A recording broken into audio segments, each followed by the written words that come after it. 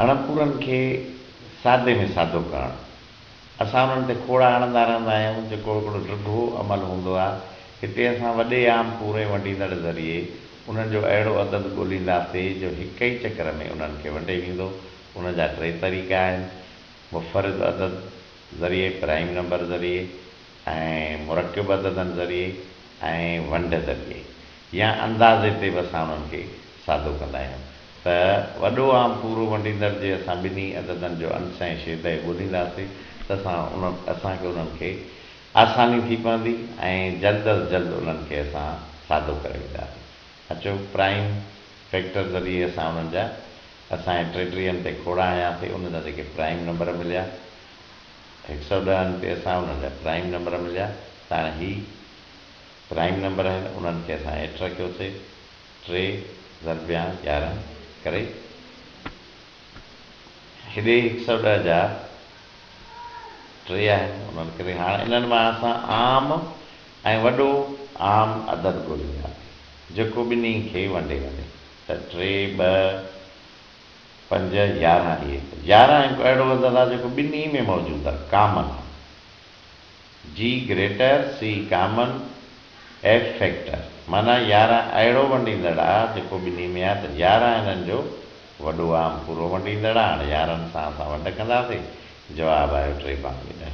आसान तरीक़ो कंहिं बि अणपूर खे सादे करण जो। हिकिड़ो मिसाल ॿियो ॾिसो, 48, 36 जा असां जुज़ा था कढूं। जुज़ा हिननि जा प्राइम नंबर कढियासीं, उहे असां हेठि रखियासीं।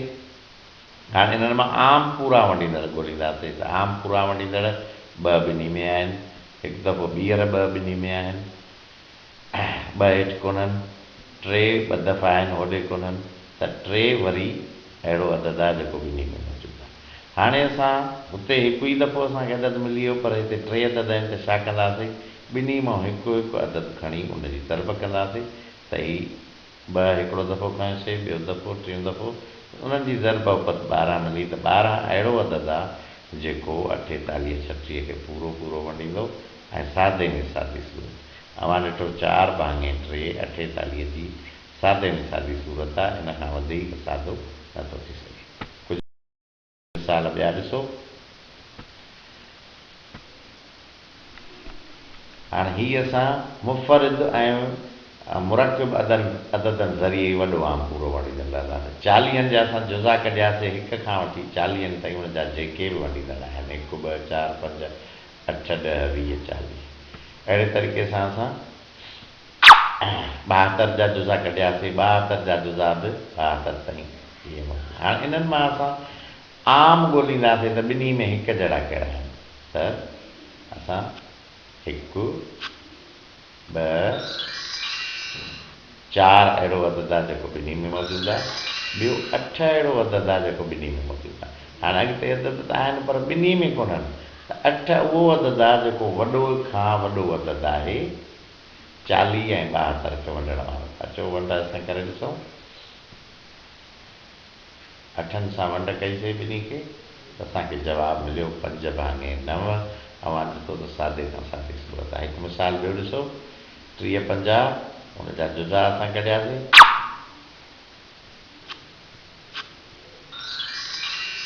त 10 जेको आहे हिननि जो अहिड़ो अदद आहे जेको ॿिन्ही में कामन बि आहे, वॾे खां वॾो बि आहे। त 10 सां असां वंड कंदासीं।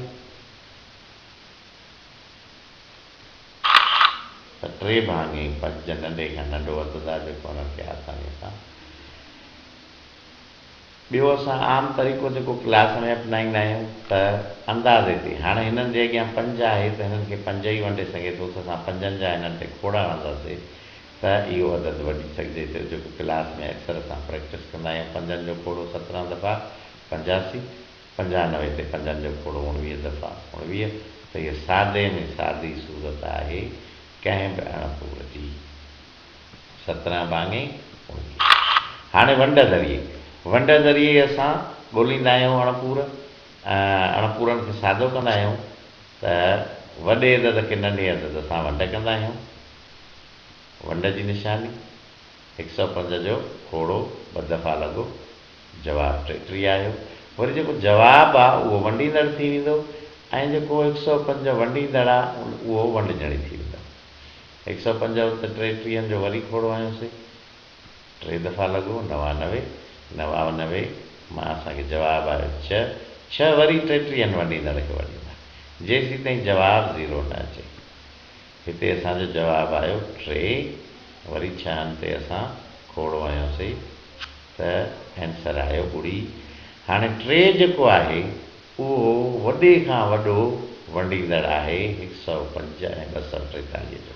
हिन ते वरी बहस कयूं था। हिकु मिसाल ॿियो ॾिसो, 192, 120 इन्हनि जी बि वंड ज़रिए असां वॾो आम पूरो वंडींदड़ रहंदासीं। साॻियो ई तरीक़ो वंड कंदा वेंदासीं, वंडींदड़ खे वंडी ऐं पाछीअ सां जेका पाछी बचंदी उहा वंडींदड़ थींदी ऐं अॻे अदद खे वंडींदी वेंदी। हिते जवाबु 0 आयो त हिते 24 अहिड़ो अदद आहे जेको 120 ऐं 192 जो वॾो आम पूरो वंडींदड़ आहे। अचो असां हुनजो 3 आहे, हिनजो 24 आहे। 192 ते ऐं 120 ते असां 24 सां वंड था कयूं।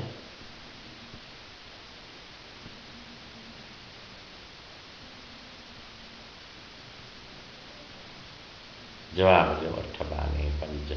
अवां ॾिठो त इहो सादे में सादो अदद आहे जेको हिनखे वंड करे सघे। वरी 3 सां